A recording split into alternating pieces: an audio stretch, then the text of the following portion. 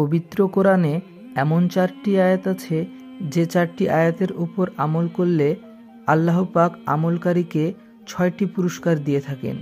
আর সেগুলি হলো: 1, জান্নাত দিয়ে থাকেন; 2, তার নিকটবর্তী স্থানে স্থান দিয়ে থাকেন; 3, তার প্রতি 70 বার রহমতের দৃষ্টি দিয়ে থাকেন; 4, তার 70টি প্রয়োজনীয়তা পূরণ করেন; 5, শত্রুর বিরুদ্ধে সাহায্য করেন; 6, শত্রুর বিরুদ্ধে জয়লাভ করান।